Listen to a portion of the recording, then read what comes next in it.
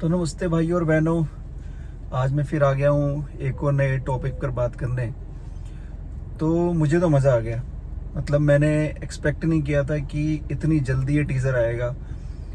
कल ये teaser launch हुआ था और आज मैंने देखा और देखकर मुझे मज़ा आ गया। जितना मैंने सोचा था उससे कहीं ज़्यादा एक्सपेक्टेशंस पे ये मेकर्स खरे उतरे। तो मैं बात कर रहा हूँ एनिमल पार्क की। जी हाँ, कल 11 अगस्त को 1:11 पर एनिमल पार्क का टीज़र लॉन्च हुआ और इट वाज इनक्रेडिबल।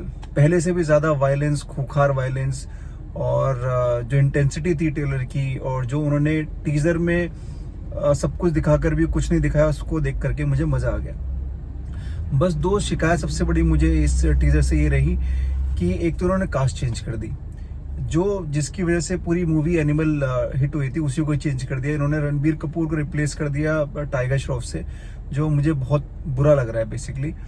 और इन्होंने एंटागोनिस्ट में संजय दत्त को लिया। इसके बारे में कभी सुना भी नहीं था कि संजय दत्त की भी एंट्री होगी एनिमल पार्क में। और इससे हरनाज संधू डेब्यू कर रही है मूवी का, और इसमें सोनम बाजवा भी हैं जो कि पंजाबी इंडस्ट्री में तो काफ़ी नॉन फेज हैं और अब बॉलीवुड में भी आने लगी हैं, वो भी है। चलो ठीक है, स्टार कास्ट तक तो ठीक ही था, लेकिन जब इन्होंने जो एनिमल पार्क था उसका नाम ही चेंज कर दिया, वो मुझे और बुरा लगा। उन्होंने नाम चेंज करके रख दिया बागी 4। तो ये तो एकदम मेरे लिए बहुत ही सरप्राइज था कि नाम तो एनिमल अच्छा खासा नाम था और उस पर बनाने वाले थे कि एनिमल, तो इनको नाम तो नहीं चेंज करना चाहिए था। मुझे इतनी पसंद आई थी एनिमल मूवी, हालांकि कुछ बहुत ज़्यादा उसके साथ साथ कंट्रोवर्सीज भी हुई थी, लेकिन अच्छी मूवी थी, वो एंटरटेनिंग मूवी थी। और उसका जो नाम इन्होंने रखना था एनिमल पार्क, संदीप रेड्डी वांगा भी इन्होंने चेंज कर दिया, सब कुछ चेंज कर दिया, लेकिन मूवी एनिमल पार्क ही है अपनी।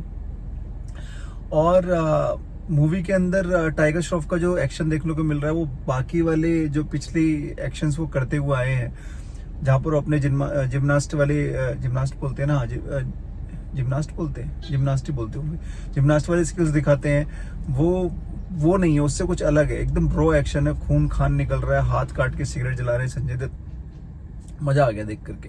और वो हरनाज संधू जिन्होंने अपने से डबल या ट्रिपल बॉडी वेट के आदमी को चाकू घुसा के पीछे पलट दिया, वो सीन भी मेरा फेवरेट था और मजा आ गया देख करके। और इस बार भी इन्होंने फिर से एनिमल की ही तरह एनिमल पार्क में भी अपने बी प्राक का एक सॉन्ग है, वो भी बैकग्राउंड में ही चल रहा है। और यहाँ पर इस मूवी में अच्छी चीज ये रखी है इन्होंने कि जो बॉबी देओल के जो भाई थे उसमें, वो इसमें संजय दत्त के साथ हैं, उनके शायद भाई बन रहे हैं या बनेंगे, आई डोंट नो, लेकिन बढ़िया लगा। और दूसरी चीज ये लगी कि मुझे जो फाइट वाला सीक्वेंस था ना, जब वो होटल में सब रणबीर कपूर से लड़ने के लिए आते हैं, हाथ में कुल्हाड़ी होती, वो सेम भी सीन भी इन्होंने इंटैक्ट रखा है एकदम। उसके अंदर फिर से सेम कॉस्ट्यूम में लोग हैं, वो मास्क पहना हुआ उन्होंने मेटल वाला, और उसमें फिर से और एक और अच्छी चीज करी, इन्होंने वेपन भी वही दिया है टाइगर श्रॉफ के हाथ में, ठीक है, कुल्हाड़ी से वो लोग फाइट करने वाले हैं। तो ये चीजें मुझे बहुत अच्छी लगी।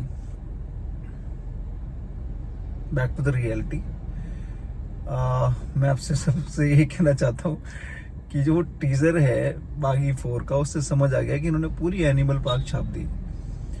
आई genuinely respect Tiger Shroff and I really like him as a person, as a personality. What I saw him on the screen only or from his interviews, personally तो मैं जानता नहीं हूँ, मेहनत भी करके ही वो आए हैं। सबसे मुझे लगता है कि रिसेंट में जितने भी नेपो किड्स आए हैं उनमें से सबसे ज़्यादा मेहनत करने के बाद टाइगर श्रॉफ आए हैं। और जितनी मूवीज़ उनकी फ्लॉप हुई हैं पीछे, मुझे बुरा लगता है उनके लिए, क्योंकि उनकी मुझे कहीं ना कहीं लगता है कि एक एक्टर तो कोई भी नहीं था। बहुत सारे एक्टर्स हैं जो पहले एक्टर्स नहीं थे और अब बन गए, लेकिन अगर एक सही स्क्रिप्ट और सही डायरेक्टर मिल जाए तो वो एक्टिंग करवा लेते हैं।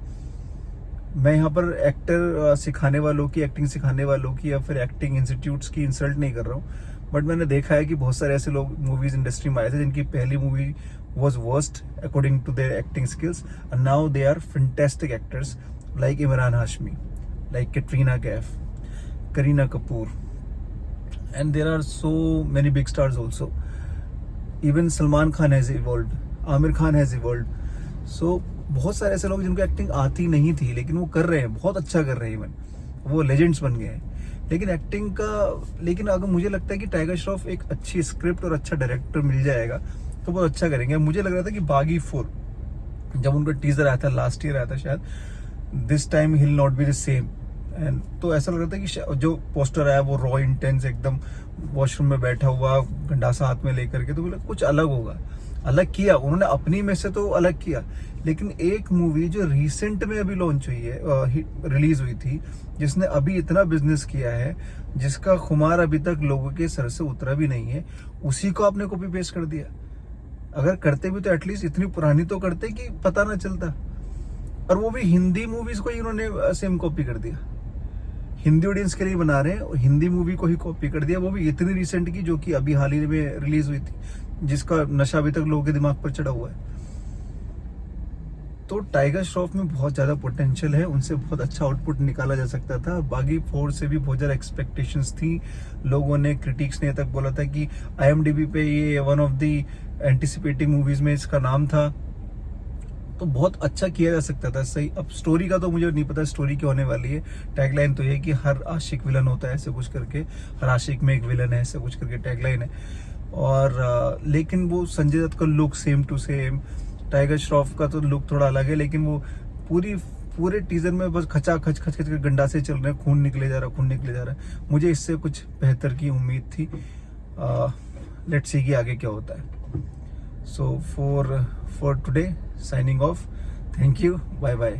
Or if you liked my video, so please subscribe my channel and like the video.